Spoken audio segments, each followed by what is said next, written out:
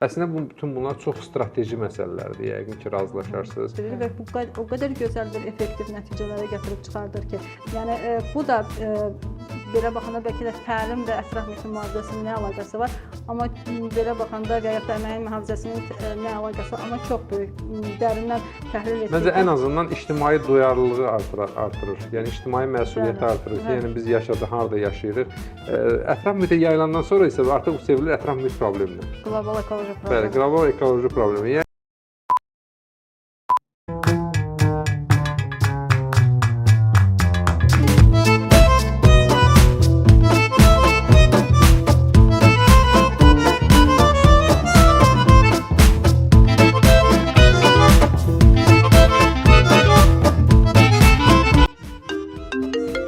I can't talk now, Chief.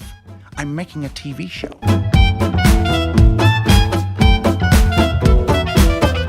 Hər vaxtınız xeyir, hörmətli Kök Səbəb izləyiciləri.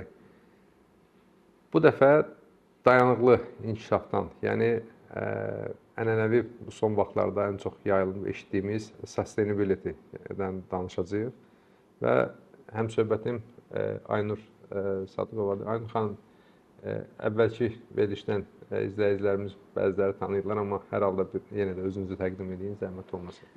Aynur Sadıqova, ekoloq kimyaçı, eyni zamanda 16 ilə yaxındır ki, kimya sənayesində çalışıram və eyni zamanda ekologiya istiqamətində. Bu qədər. Çox sağ olun, təşəkkür edirəm. Çox sağ olun, təşəkkür Siz sağ olun, çox sağ olun. Ümumiyyətlə, son zamanlar elə sosial şəbəkələrdə də, ümumiyyətlə bu iş axtarışlarında da rast gəlir ki, səthəm, keyfiyyət sahəsi üzrə artıq belə deyək, vəzifələrin yanına başqa bir şeylər əlavə olunur və yaxud da müstəqil formada. Məsələn, səthəm və dayanıqlı inkişaf üzrə rollar, vəzifələr rastıma gəlir. Daha sonra elə müstəqil şəkildə də, yəni dayanıqlı inkişaf, yəni bəzi şirkətlər, bəzi müəssisələr artıq yəni bu dayanıqlı inkişafla bağlı müəyyən çərçivədə fəaliyyətlər yerinə yetirirlər və yaxud da ki, dayanıqlı inkişaf istiqamətində işlər görürlər.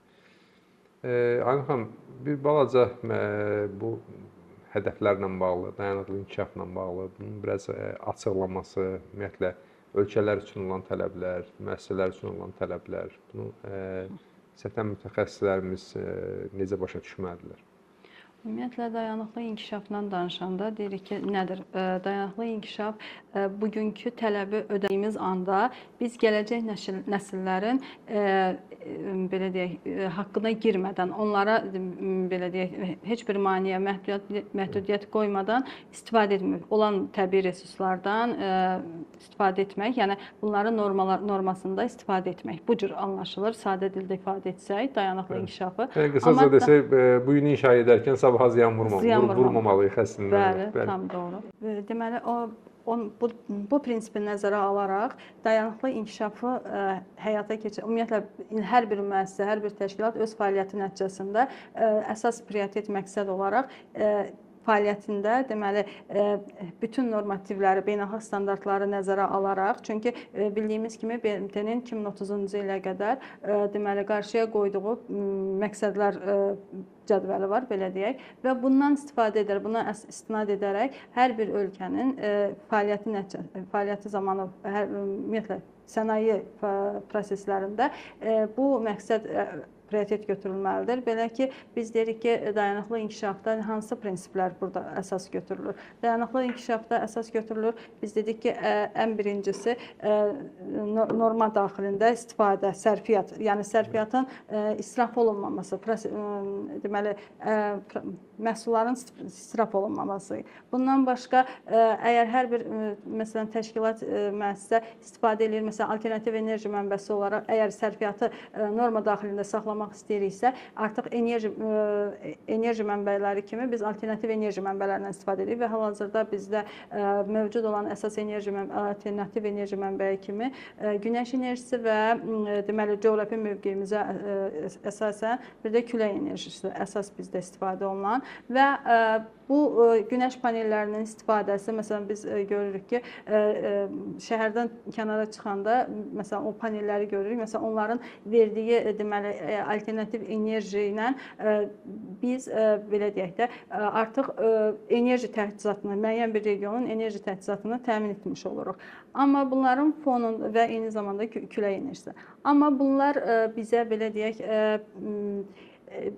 bu da bir növ əlavə bir özü ilə, çünki hər bir yeni texnologiyanın tətbiqində mütləq ki, yeniliklər var, bilinməyən tərəfləri var və bilinməyən tərəflərində özündən bir paralelində gətirə biləcəyi bir təhlükələr, bir problemlər ola bilər və bunlar məsələn biz ekoloqların əsas diqqətində olmalıdır ki, bunların paralelində hansı bir təhlükələr ola bilər. Çünki məsələn günəş panelləri bunlar hamısı buxarlanma nəticəsində atmosferə o panellərdən nə qədər əlavə deməli əlavə maddələr buraxıla bilər və yaxud da ki, onların məsələn utilizasiya prosesi necə təşkil olunur sonrakı mərhələlərdə və bunlar hamısı təbii ki, qarşıda duran əsas məsələlər. Doğru qeyd edirsiniz ki, əslində bu məsələlər, yəni alternativ enerji ümumiyyətlə istifadə etdiyimiz zaman yeni problemlər də özü ilə gətirir ki, yəni biz hələ bayaq proqramdan öncə də biz bu barədə danışırdıq ki, məsələn SƏTƏM-in özündə də, yəni süni intellektlə bağlı nə qədər müasir belə deyim bu süni intellektin SƏTƏM-in idarə olunmasına, insan amilinin aradan qaldırılmasına nə qədər faydaları var əslində.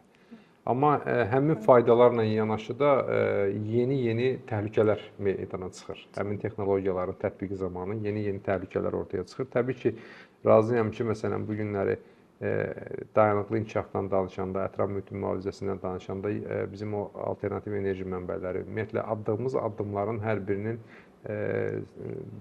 yeni gətirdiyi, yəni bizə yeni təqdim etdiyi hansı aspektlər, hansı təhlükələr ola bilər, biz onları təbii ki, nəzərə almalıyıq. Tədqiq olunmalı. Mən bir balaca geriyə qayıtmaq istəyirəm, Aynur xanım. Nəyə qeyd etmək istəyirəm ki, məsələn, o dediniz ki, hədəf BMT-nin dayanıqlı inkişafla bağlı hədəfləri, hansı ki, bu qlobal səviyyədədir ki, 17 hədəf və bu daha çox ölkələrə təqdim olunur, ölkələr üçün təyin olunub. Amma bu hardasa müəyyən mənada təşkilatlar üçün dünyada bütün fəaliyyət göstərən, yəni bütün ölkələrdə fəaliyyət göstərən müəssisələr üçün də müəssisələrə uyğunlaşdırılmış bir format var ki, hansı ki ESG dediyimizdə, yəni ətraf mühit, environment, sosial və idarəçilik, governance ilə bağlı olan məsələlər ki, əslində bütün bunlar çox strateji məsələlərdir, yəqin ki, razılaşarsınız. Bunların gündəlik iş proseslərinə inteqrasiyası, çünki bizim əsas izləyicilərimiz belə deyək, bu sahədə çalışan adamlardır və daha çox dayanıqlı inkişafdan ümumilikdə danışırıq. Məsələn, müxtəlif tədbirlər keçirilir, müxtəlif standartlar var, amma onları günlük iş həyatımıza necə inteqrasiya edəcəyik? Məsələn, oradakı ESG-dəki ətraf mühit nə ilə, hansı standartlarla, hansı fəaliyyətlərlə uzlaşır, sosial məsələlər nə ilə uzlaşır və yaxud da idarəçilik məsələləri nə ilə uzlaşır? Bunlar barədə istəyərdim fikrinizi bildirəsiniz. Çox sağ olun, yaxşı bir istiqamətdir. Deməli, bugün biz dedik ki, əsas 3 istiqamət qeyd etdiyiniz kimi, əsas 3 istiqamət burada önəmlidir. Birinci, biz ətraf mühit hissəsini deyəndə, əgər yerli və beynəlxalq standartlara istinad eləsək, ISO 14001, məsələn, ətraf mühiti idarə etmə sistemidir, bildiyimiz kimi və bütün bu idarə etmə proseslərini özündə cəmləşdirir və o standartlara bizim ölkəmizdə, yəni buna istinad edərək öz müxtəlif sənaye müəssisələri bundan tətbiq edirlər, bu standartın tələblərini və bundan başqa bu ətraf mühitin mühafizəsi deyəndə burada bundan başqa sosial istiqaməti, sosial məsuliyyət. Təbii ki, biz səmərəli istifadə deyəndə burada sosial məsuliyyətlik bəlkə də ən birinci önəmli faktorlardan biridir. Əgər biz istifadə zamanı, proseslər zamanı belə deyək, hər bir ölkə olaraq və yaxud da hər bir müəssisə olaraq öz məsuliyyətimizi belə deyək, tək sənaye məsuliyyəti ilə yanaşı, eyni zamanda biz deyirik bir insani məsuliyyət olaraq da bunu dərk edərək öz fəaliyyətimizdə mütləq şəkildə o standartların tələbini və eyni zamanda belə deyək də ümumi prinsipləri təməl götürərək fəaliyyət göstəririk. Biz ISO 14001-dən danışanda deyirik ki, ekoloji idarə etmədir. Burada bir çox istiqamətlər var. Məsələn, torpağın ekologiyası, burada suyun ekologiyası, burada deməli atmosfer havasının ekologiyası. Məsələn, müasir hal-hazırda elə müəyyən bir istehsalat müəssisələri ilə yanaşı, eyni zamanda EYŞ müəssisələrində də, məsələn, biz tez-tez rast gəlirik, kütləvi informasiya müəssisələrindən eşidirik ki, məsələn, onların atmosferə atdığı tullantılar, belə deyək, heç bir əslində filtrlənməlidir, müəyyən filtrlərdən keçməlidir və o filtrlənmə prosesində həmin o, deməli, eyni zamanda, məsələn, orada xüsusi texnoloji qaydalar tətbiq olunmalıdır, o boru, məsələn, boruların ölçüsü, onlar hamısı standartla təmin olunmalıdır. Standarta əsasən deməli təşkil olunmalıdır. Bundan başqa ekoloji, məsələn, suyun, biz dedik ki, bundan öncə də qeyd elədik ki, müasir ekoloji problemlərin ən birincisi bəlkə də su problemidir. Çünki su problemi həm də tək suyun, belə deyək, çatışmamazlığı bir insanın su qıtlığından yanaşı, eyni zamanda suda yaşayan heyvanlar üçün böyük bir təhlükədir və bildiyimiz kimi müasir dövrdə məsələn, balıqların kütləvi qırılması müşahidə olunur və yaxud da ki, onların yaşayış yerinin arealının məhdudlaşmasına gətirib çıxardır və yaxud da okean və dənizlərin dibində müxtəlif tullantılar toplanır, qalır və bu da onların bütün həyat fəaliyyətində çox böyük zərbədir. Bundan başqa torpağın məsələn çirklənməsinə qeyd eləsək, torpaqda biz deyirik ki, məsələn, sənaye müəssisələri və yaxud da karbodirogen mənşəli çirklənmə baş verəndə burada məsələn tək torpaq çirklənmir. Bildiyimiz kimi burada eyni zamanda buxarlanma prosesi nəticəsində avtomatik olaraq atmosfer havası çirklənməyə baş verir. Çünki bu proses ekoloji çirklənmə ümumiyyətlə məhdud bir yer çirkləndə belə deyək, onunla bitmir. Bu ümumi kompleks şəkildə baş verir və eyni zamanda torpaq çirklənirsə bu paralel olaraq yeraltı suların çirklənməsinə gətirib çıxardır, mineral suların. Buxarlanma nəticəsində havaya gətirib ziyan. Havaya gətirib, bəli, havada konsentrasiyasını, zərərli qazların, zəhərli qazların konsentrasiyasını gətirib çıxardır ki, bu da sonda çox ağır nəticələr, hətta kanserogen nəticələrə qədər gətirib çıxarda bilir, təəssüf ki. Ona görə də, məsələn, 14.001 əsas bu idarəetmənin təməl prinsiplərini qeyd edir ki, hər bir müəssisə, hər bir ölkə ümumiyyətlə öz fəaliyyətində bunları əsas götürsün. Yəni, müəssisədə əslində ətraf mühitin mühafizəsi düzgün təşkil olunsa, biz elə dayanıqlı inkişaf məsələlərindən o ESG, yəni ətraf mühiti orada ekologiya məsələsini əhatə etmiş oluruq. Ondan əlavə də təbii ki, orada bunlar müəyyən qədər üst-üstə düşmələr də var. Təbii ki, orada o tələblərin özlərində bəzən overlaplər dediyimiz, yəni üst-üstə düşmələr var ki, məsələn, ətraf mühiti biz qayğısına qalarkən, ətraf mühitlə bağlı məsələləri həll edərkən müəyyən mənada sosial məsələlərə də toxunuruq. Düzdür, az miqdarda əsas əməyin mühafizəsində də, yəni əsasən sosial məsələlər bir qismdə əməyin mühafizəsinə də toxunulur və bundan əlavə də daha çox bu kadrlarla bağlı məsələlərdə, yəni işçilərin yaşam, əmək fəaliyyətləri ilə bağlı məsələlərdə, ümumiyyətlə, onun ayrıca bir müəyyən standartı da var. Rifahın yaxşılaşdırılması ilə bağlı, yəni sosial məsələlərdə. Bir də governance. Governance əsasən keyfiyyətlə bağlı, keyfiyyət idarəetmə sistemi ilə bağlı biraz məsələ. Biraz da risk və strateji idarə etmə ilə bağlı məsələlərdir ki, əslində müəyyən mənada biz onları işimizə, fəaliyyətimizə yaymaq və nəticə əldə etmək istəsək, yəni düşünürəm ki, şərt deyil ki, biz ayrıca ESG bir necə deyim, bir şöbə yaradaq və yaxud da departament yaradaq, sırf ayrıca bir ESG fəaliyyəti ilə məşğul olaq. Yəni fəaliyyətin hər bir istiqamətində, çox doğru deyirsiz. O hər bir istiqamətində o gözlənilməlidir. Məsələn, ətraf mühitin mühafizəsi deyəndə burada mütləq əməyin təhlükəsizliyi də çox böyük rol oynayır. Çünki məsələn, fəaliyyət nəticəsində məsələn indi mən məhdud şəkildə yanaşsam, bilmirəm bu nə dərəcədə düzgün, obyektiv olar. Amma məsələn, elementar bir misal olaraq kimyaçının fəaliyyətində, kimyaçı öz əmək fəaliyyətində və yaxud da ekoloq öz əmək fəaliyyətində ətraf mühitin mühafizəsini düşünər. Eyni zamanda birinci əməyin təhlükəsizliyini düşünür və paralelində Bəli. çünki orada o artıq o istifadə etdiyi normativləri bilir, normasını bilir, o kimyəvi maddənin, onun belə deyək, normadan artıq istifadə olunmaması və onun istifadə etdiyi qurğudur, aparatlardır, mühəndis texniki qurğular ola bilər, sadə primitiv qurğular ola bilər, fərqi yoxdur. Onların hər birinin düzgün fəaliyyəti, düzgün işləməsi, əməyin təhlükəsizliyi, burada maarifləndirmə də çox böyük rol oynayır. Çünki düşünürəm ki, hər bir müəssisə daxilində o təlim proseslərinin keçirilməsi çox böyük. Məsələn, mən şəxsi təcrübəmdən deyə bilərəm ki, həqiqətən də yəni biz bu prosesləri həyata keçiririk və bu o qədər gözəl bir effektiv nəticələrə gətirib çıxardır ki, yəni bu da belə baxanda bəlkə də təlim və ətraf mühitin mühafizəsinin nə əlaqəsi var, amma belə baxanda və yaxud da əməyin mühafizəsinin nə əlaqəsi var, amma çox böyük, dərindən təhlil etdikdə. Məncə ən azından ictimai duyarlılığı artırır, yəni ictimai məsuliyyəti artırır. Yəni biz yaşadıq, harada yaşayırıq və nə etməliyik, hansı işləri görməliyik. Və yaxud nəyi etməməliyik, nəyi etmək bizim üçün zərərdir, ziyanı. Bunların hamısını təbii ki, qarşılıqlı şəkildə bilinməlidir. Ümumiyyətlə, sözünüzə qüvvət bir şey əlavə eləmək istəyirəm. Ümumiyyətlə, o sətəmlə ətraf mühitin bir-birinə yaxınlığı nə qədərdir deyəndə, biz əslində eyni problem, məsələn, deyək ki, biz hansısa bir istehsal sahəsində, məsələn, çoxlu qaynaq işləri aparılır və qaynaq prosesində çoxlu tüstü yaranır. Yəni ki, burada zərərli tüstülər yaranır, qazlar yaranır ki, və bunlar təbii ki, dolayısıyla birbaşa olmasa da dolayısı yolla, yəni əvvəl o iş aparılan mühitdə yayılır, ondan sonra da isə müəyyən bacalardan ətraf mühitə bu atılır.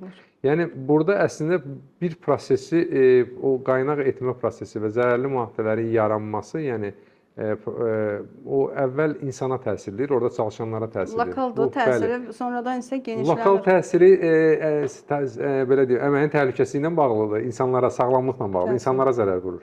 Ətraf mühitə yayılandan sonra isə artıq bu sevilir ətraf mühit probleminə. Qlobal ekoloji problemi. Bəli, qlobal ekoloji problemi. Yəni əslində bir məsələ lokal halda sağlamlıqla bağlı birbaşa insanların özlərinə təsir göstərir, orada çalışanlara təsir göstərir və yaxud da ətraf mühitdə olan sosial ətraf mühitə, qonşulara və yaxud da sosial mühitə təsir göstərir və daha sonra da yəqin ki, o artıq ətraf mühitə yayılır və digər canlılara və yaxud da torpağa, havaya, suya ki, dolayısı yolla yenə də o qayıdır bizim özümüzə.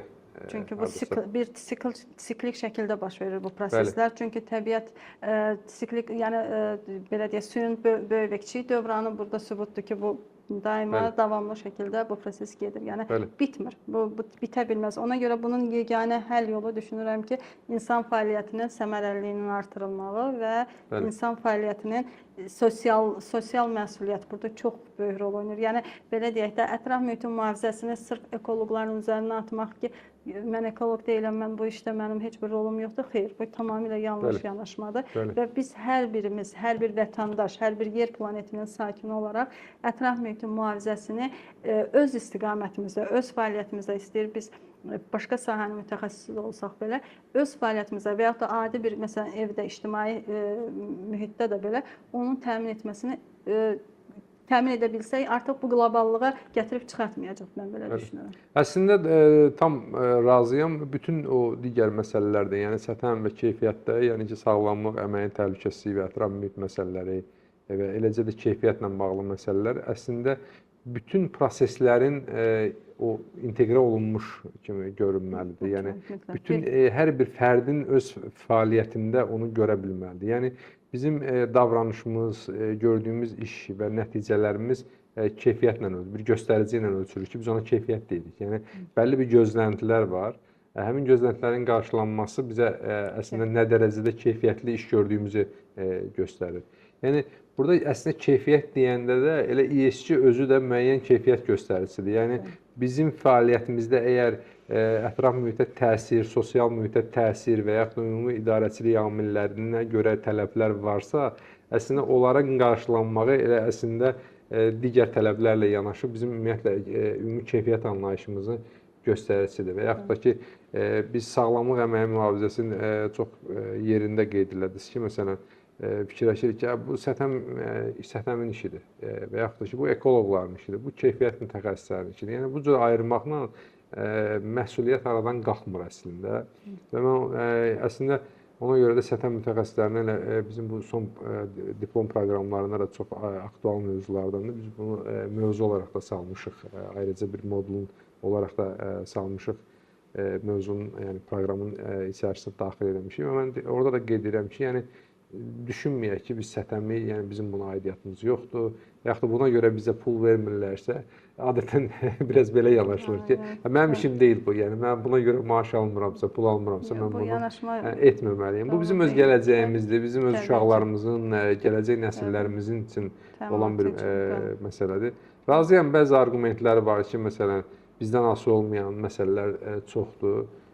Təbii ki, buna müəyyən siyasi məsələlərə aid etmək olar, məsələn, müharibələrə aid etmək olar ki, bunların özünün də yeri gələndə bir tərəfdən dayanıqlı inkişafdan danışdığımız halda, digər tərəfdən də müxtəlif münaqişələr, müxtəlif problemlər və sair səbəblərdən yaranan təsirlər mövcuddur, var. Amma yəni hardansa başlamaq lazımdır və yaxud da ki, ən azından öz ölkəmizdə müəyyən bir addımlar ata bilərik.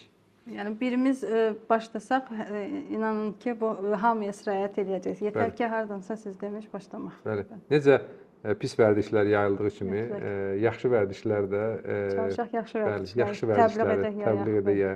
Yeri gəlmişkən, pandemiya dövründə, məsələn, mən çox diqqət edirdim ki, evdə qal vaxtları idi da, belə deyək, hamımız çox vaxtı, demək olar ki, nəqliyyat işləmirdi, müəssisələrin çoxsu tam fəaliyyət göstərə bilmirdi və şəhərin mərkəzində belə ətraf mühit dəyişmişdi. Havanın belə tərkibi müəyyən qədər insan hiss edirdi ki, canlılar gəlmişdi, məsələn, müəyyən quşları görmədiyimiz, haçan da görmədiyimiz quşlarla və yaxud da ki, canlılarla rastlaşmağa başlamışdıq, məsələn. Bəlkə hətta bəzi qonşu ölkələrdə, orada sahillərdə, məsələn, balıqların, müəyyən delfinlərin üzməsi filan kimi şeylər müşahidə olunur ki, əslində ona baxanda biz fərq eləyə bilirik ki, görün, sənaye bizi nə qədər öz təbiətimizdən, öz əsas varlığımızdan uzaq salır və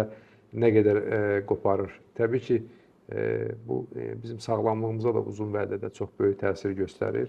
Yəni, müalicəsini tapıla bilməyən xəstəliklər, xüsusən mən sağlamlıqla bağlı yaranan məsələsi, bu günlər kimi dindirsən allergiya xəstəliyi var, kimi dindirsən müxtəlif stres faktorları ilə əsaslanan xəstəliklər var ki, hamısı autoimmun xəstəliklər və heç bir müalicəsi yoxdur. Havada, məsələn, asılı halda qalan müəyyən maddələr var, məsələn, asılqan halında, onlar təbii ki, adi gözlə görməsək də, onlar hamısı təbiətdə mövcuddur və hər bir insan və eyni zamanda digər canlılar da bununla tənəffüs edirlər. Məsələn, bugün fotosintez prosesi, mən bilmirəm, indi bioloq deyiləm, amma mən düşünürəm ki, fotosintez prosesi zəifləyir. Niyə? Çünki yaşıl mühit çox təəssüf ki, iri şəhərlərdə xüsusən yaşıllıq məhvə doğru gedir və bu məhvə doğru getdikdə artıq oksigenin konsentrasiyası azalır və bu oksigenin konsentrasiyasının azalması artıq insanların belə deyək, bütün fəaliyyətinə, yəni istər beyin fəaliyyəti, istər əmək fəaliyyəti, hər bir fəaliyyətinə mütləq ki, sirayət eləyir. Və təbii ki, əlavə olaraq orada yaxşı qeyd elədiniz, fotosintez prosesində, məsələn, orada gecə-gündüz məsələsi var da. Bizim gecəmizdə o qədər işıqlı keçir ki, yəni şəhər mühitində hansı ki, axşamlar bitkilər karbon alıb, bildiyim qədərindən, səhv etmirəmsə əgər, gündüz əksinədir, yəni oksigen alıb karbonda, ya karbon alıb oksigen var. Yəni axşam işıqlı olanda, o qədər işıqlı olanda, yəni bitki başa düşə bilmir ki, yəni o bioloji proses düzgün gedə bilmir. Yəni əslində bitkinin o karbon udub oksigeni buraxa biləcəyi, havanı zənginləşdirə biləcəyi vaxtda biz artıq o işıqlara görə və bitki də başa düşmür ki, gecədir yoxsa gündüzdür, mən hansın... O bioloji ritim pozulur. Yəni insanların özündə də o bioloji ritim bəzən görür ki, təəssüf ki, pozulur. Təbii ki, səs-küy də bura aiddir və nələr daha saya bilərik. Ekoloji çirklənməni saysaq, növlərini saysaq çoxdur, ən qədərdir. Yəni səs-küy çirklənməsi də bura aiddir. Məsələn, insan qulağının hal-hazırda hətta cavan müəyyən xəstəliklər hamısı gəlir, cavanlaşır. Bu niyə? Təəssüflə qeyd olunur. Bəli, canlı təbiətlə harmoniya olmadıqda bizim görmədiyimiz, bilmədiyimiz müalicələr artıq baş vermir. Ona görə də çox asanlıqla sağlamlıq təhdidlərinə məruz qala bilirik. Və hörmətli izləyicilər, xüsusən sətəm sahəsində çalışanlar, yəni dayanıqlı inkişaf əslində bizim elə gördüyümüz işdir. Yəni bizim sətəm fəaliyyətimiz, ümumilikdə ətraf mühit, sosial məsələlər, yəni bu işi biz daha da ciddi, daha da doğru şəkildə yerinə yetirsək, əslində elə dayanıqlı inkişafa, o cümlədən keyfiyyət və idarəçilik, biz elə əslində dayanıqlı inkişafa xidmət etmiş oluruq. Yəni əslində bu günü yaşayarkən sabah üçün yer buraxmalıyıq və yaxud da sabah üçün şərait yaratmalıyıq və ən azından çirkləndirməməliyik, ən azından sabaha zərər vurmamalıyıq. Çox sağ olun siz də Aynur xanım, çox sağ olun, zəhmət verdiksə, Siz sağ olun, çox xoş dəvət oldu. üçün çox Buyurun, təşəkkür edirəm. buyurun. minnətdaram. Çox sağ olun, hörmətli izləyicilər, inşallah növbəti kök səbəbdə görüşərik.